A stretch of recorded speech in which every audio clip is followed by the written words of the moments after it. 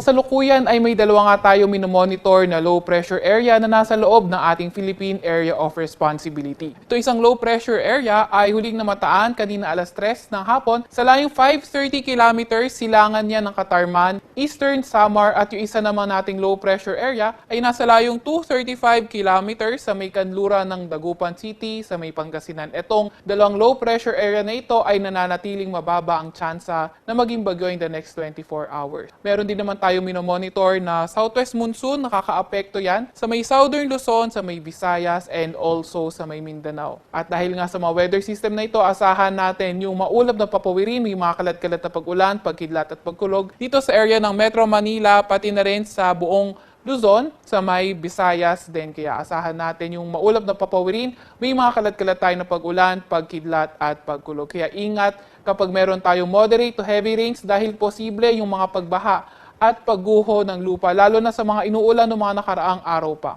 Yung ating mga Regional Services Division maglalabas ng rainfall advisory, thunderstorm advisory o di kaya heavy rainfall warning kung kinakailangan. Dito naman sa area ng Mindanao, better weather condition yung inaasahan natin. May partly cloudy to cloudy skies tayo na may mga tsansa ng mga localized thunderstorm. Para naman sa lagay ng panahon bukas, inaasahan natin mostly dito na lang sa may Central Luzon, pati na rin sa may Southern Luzon. Magiging maulan pa rin yung panahon natin dyan na may mga scattered rain showers and thunderstorm. Then dito sa area na mostly dito sa may malaking bahagi ng Northern Luzon, better weather conditions tayo kung saan may mga tsansa tayo ng mga localized thunderstorms, lalo na tuwing hapon at gabi. Agwat ang temperatura sa Metro Manila, sa may Legazpi at Puerto Princesa maglalaro from 25 to 29 degrees Celsius. Sa may Lawag at Tugigaraw naman, 26 to 32 degrees Celsius. Sa may Baguio ay 18 to 23 degrees Celsius at sa Tagaytay ay 22 to 28 degrees Celsius. Para naman sa lagay ng panahon bukas sa Visayas at Mindanao, inaasahan natin for tomorrow, patuloy pa rin na magiging maulan dito sa may Visayas area at better weather condition pa rin dito sa may Mindanao kung saan may mga tsansa lamang tayo ng mga localized thunderstorm. Agwat ang temperatura dito sa may Cebu and also sa may Tacloban maglalaro from 26 to 31 degrees Celsius. Sa may Davao at Zamboanga naman ay 25 to 32 degrees Celsius. Sa may Iloilo at Cagayan de Oro, sa may Cagayan de Oro 25 to 33 degrees Celsius at sa Iloilo ay 25